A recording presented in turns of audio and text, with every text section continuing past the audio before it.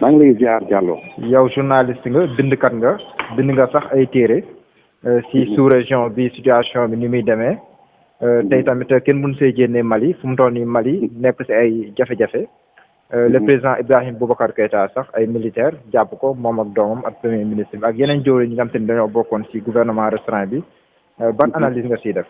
waaw Diallo moi je pense que ñi nga xamante ne yàgg nañu suivre man samay ay écrits je pense que dinañ rendre compte que moi j'avais quand même alerté et je pense que en début du mois de juillet bii nii ci biir mois de juillet bi manifestation yi démarré ou juin bindoon naa benn bataaxal maanaam li xew Mali war na intéresser le président Macky Sall. ma ne le président Macky Sall doit s'intéresser à ce qui se passe au Mali. ndaxte man situation la boo nga xamante ni dafa compliqué et li ko accéléré mooy élection législative yi nga xamante ni moo passé. ndax élection législative yi dafa am plus de 30 sièges je pense 31 sièges yoo xamante ni dañu ne woon député yi nekk foofu dañu war a annuler vote boobu le président IBK daal di bañ en plus ñu ne woon dañu war a def li nga xamante ni mooy changer les membres li nga xamante ni ñoo nekk ci cour constitutionnelle ndaxte cour constitutionnelle bi membre yi fa nekk assemblée nationale bi ñoo leen di tànn assemblée nationale bi dafa am 30 sièges yu nga xamante ni ñooñu dañu leen a rejeté opposition da leen a rejeté loolu moo indiwoon manifestation yi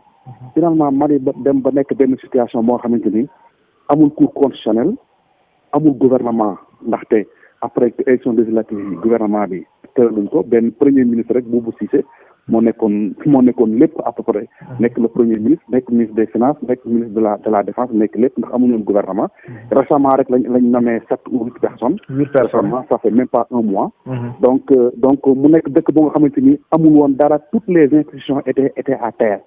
et implique li ci duggaat également mooy le rôle de la France parce que France dañu impliqué wu bu baax Mali mais depuis que Macron nekk président de la République léegi l'armée française du dem au devant et les autorités françaises du ñu dem au devant dañu doon utiliser les présidents de la CEDEAO moo tax toutes les rencontres yi amoon au Mali récemment maanaam Macron moo ko doon coacher à travers le président Macky Sall et à travers Alassane Dramane Ouattara mais rek dem ba egg benn moment boo xamante ni français xam nañu ne bu ñu seetaanee Mali bi mu demee nii boo moytul xeex de la santé bu xeex amee jihadistes yi bi ñu progressé vers le centre du Mali te mën nañ dem ba ñëw ba ci suuf Mali c'est-à-dire que vers le Sénégal ndaxte temps yi boo xoolee def nañ déclaré nañ sax Mali zone rouge ci 3 villes ak toute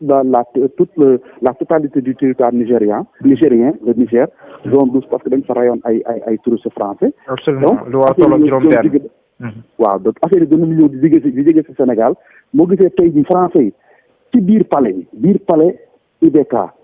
les Français étaient en direct de suivre l'évolution de la situation notamment le point focal de la direction générale de la sécurité extérieure DGSE de France ñu ngi doon suivre l'évolution mais mënuñu woon intervenir parce que bu ñu intervenir mënoon am guerre civile te bëgguñu woon guerre civile am dëkk ba ñëwaat attaqué jihadistes yi progressé wu dugg biir Bamako moo tax ils ont laissé les gens faire et ils ont préféré laisser IBK mën a dem ci jàmm parce que boo fàttalee ko en 2008 rebelles songoon nañu Idriss Déby mais avant ñu egg si N'Djamena Idriss Déby il avait même presque perdu le pouvoir mais Sarkozy moo intervenir ñu sauvé ko bii pas les Français pouvaient faire la même chose mais dañu xamoon ne bu ñu intervenir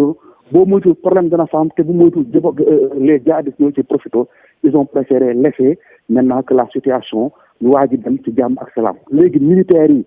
ñoo jël waa ji yóbbu ko c'était pour le pousser à ce que mu signe sa démission xaw ma actuellement nag quelle est la situation actuelle bi ñu may woon nii mais la stratégie des militaires c'est de le prendre et moom ak premier ministre pour le pousser ñu démissionner parce que loolu la population bi laaj depuis quelque temps et ce qu'il faut préciser mooy les généraux ont été mis à l'écart ce sont de petits soldats des colonels absolument ay colonels ñoom ñoo jël affaire yi en main donc les généraux de l'armée malienne ont été mis à l'écart donc colonels yi ñoo ko géré mais il faut vraiment suivre la situation pour xool qui sera maintenant mis en avant parce que ñu ngi avancé le nom de Souleymane Boubaye Maïga bi nga xam te ne moo nekkoon ancien premier ministre amaguñu confirmation mais ñu ngi annoncé les réseaux actuellement ñu ngi annoncé ni peut-être moom lañ nar a teg pour mu nekk président par intérim pour mën a gérer la situation mais loolu lépp tamit dara mënu cee am sans l'aval de la CEDEAO ñoom te ni avec le pacte de la CEDEAO ñoom dañuy wax ni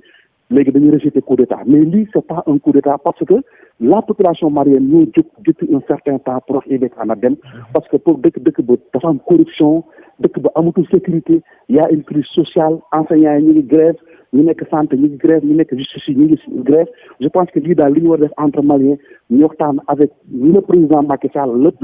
président de la CEDEAO ñu jéem a xool naka la ñuy defee benn période de transition teg si kenn et puis le Mali mën a continuer parce que insécurité bi am Mali bu continuer boo moytuwul Sénégal la jëm. justement foofu noonu laa doon ñëw sax IBK pourtant bi muy nekk premier ministre c'était un bon premier ministre entre guillemets il gérait d'une main de fer ba ñu fal ko président falaat ko tey jii déception am si lan moo war a mën a expliquer loolu ndax mbir mi dafa dem ba jéggi dayo moom tamit si sa xalaat nan la waroon def te def ko ba waral mu kii mu situation bi ak si fii. xam nga IBK d'abord xam nga IBK dafa décevoir le peuple malien bien que xam nga seen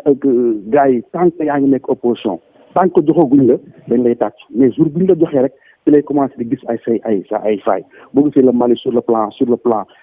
économique mais Mali fait partie des derniers pays du Sahel moom ak le Niger. tey boo gisee Mali production ba nam fa mel ak l'implication du fils du président Karim Keïta dans les affaires de l'État dans les affaires de l'État dans l'affaire des gros contrats sur de l'armement au Mali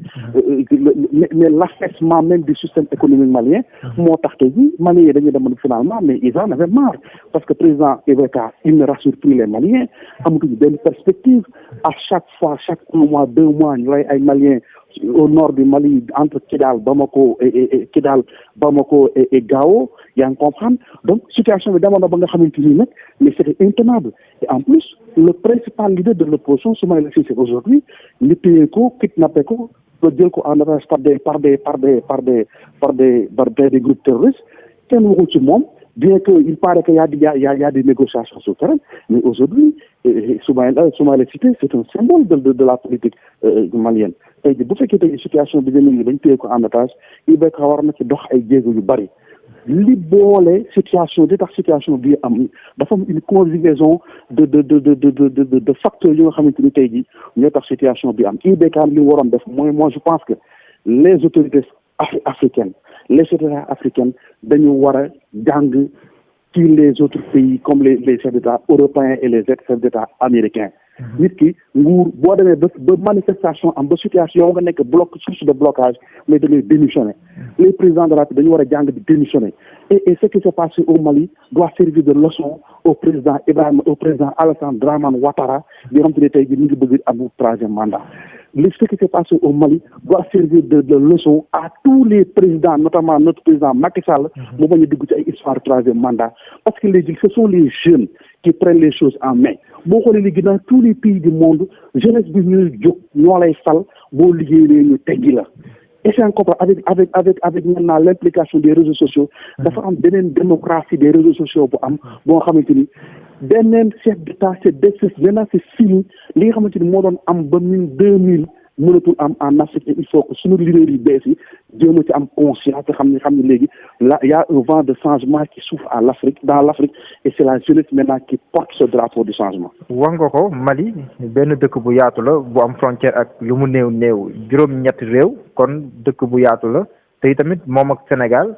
am na relation bu yàgg lu xew Mali jamono ji wax nga ko sànq war na inspiré président Macky Sall ci wàllum 3e mandat mais au-delà du 3e mandat Sénégal ban taxawaay la war a am ci diggam ak lii xew Mali tey nan la ko war a xoolee ak tamit doomu Sénégal yi nga xam te ni ñu ngi foofu noonu ca Mali ban taxawaay la ñu war a mën a am suñu digg ak ñoom. waaw xam nga tey jii Mali bu amee problème ñu ngi am problème parce que li may wax ni la sécurité intérieure du Sénégal dépend en partie à la sécurité du Mali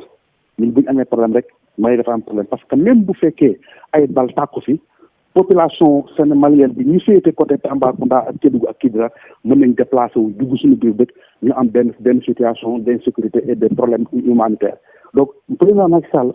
ku waroon a jóg la moom ci ñi waroon a njëkk a teel a jóg la pour impliquer pour régler problème bi yëg naa ay mbir yu ci dox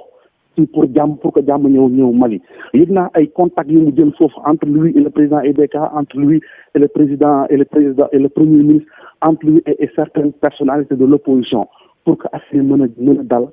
jàmm mën a am Mali parce que jàmm bu amul Mali Sénégal mënut a nekk ci jàmm et loolu waruñu sax hésiter lu ñu war a def mooy problème yi am te ni moo am Mali te nga xamante ni même les jihadistes jóge nañu au nord di progresser pour ñëw vers le centre et vers le sud pour que avant muy dugg Sénégal dañ ko war a régler au Mali te bind naa temps yi benn article bi nga xamante ni le président le directeur de AFRICOM Afrique mooy ñeer commandement américain en Afrique bi mu defee sortie mu ni Sénégal actuellement on est sous la menace terroriste dama def benn note benn article ma tuddee ko une note sur la sortie sur l'alerte AFRICOM ci note bi maa ngi ciy wax ma ni problème yi am Afrique yëpp tax dëkk yi jihadistes yi dugg yëpp Afrique dafa am problème politique bu ko jiitu boo xoolee tey jii li nga xam te ne moo xam Algérie en 1992 dafa am problème politique ndaxte FIS ñoo gagné les élections législatives bi ko FIS gagné au lieu que ñu jox leen assemblée nationale parce que c'est une organisation islamique ñu nangu ñu confisquer le pouvoir l'assemblée nationale ci loxo FIS ci la FIS éclaté ñu am guerre civile ci la créé GIA le groupe islamique armé bi ñu créé groupe islamique armé ñu am problème Algérie ci lañ jóge Algérie ñëw nord Mali boo xoolee tey jii li xew centre Afrique entre les Séléka et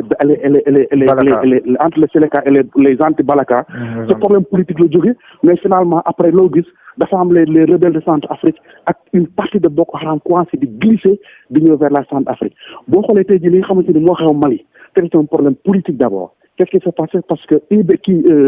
Amadou Toumani Touré moo nekkoon président mu am benn mutinerie parce que il y avait d'abord un problème politique entre Toumani Touré et son opposition mu am mutinerie Toumani daw ci Amadou Sanogo jël pouvoir bi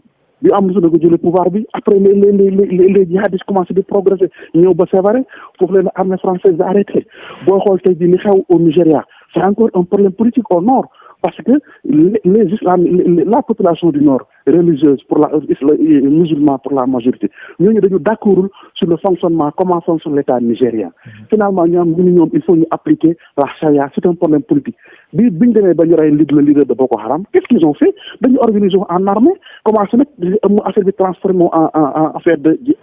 djihadistes qu'est-ce qui s'est passé en Libye c'est la même chose Kadhafi moo jóg ñu am problème politique contestation Kadhafi daanu islamiste yi ñëw au Mali ce sera la même chose buñ ci jógul bu fekkee continuer nañu jéemuñu gérer la situation problème politique bi am fii tey jii day permettre les islamistes ñëw installé wu buñ installé wu en 24 heures ils sont à Dakar. Merci beaucoup Modou Ba.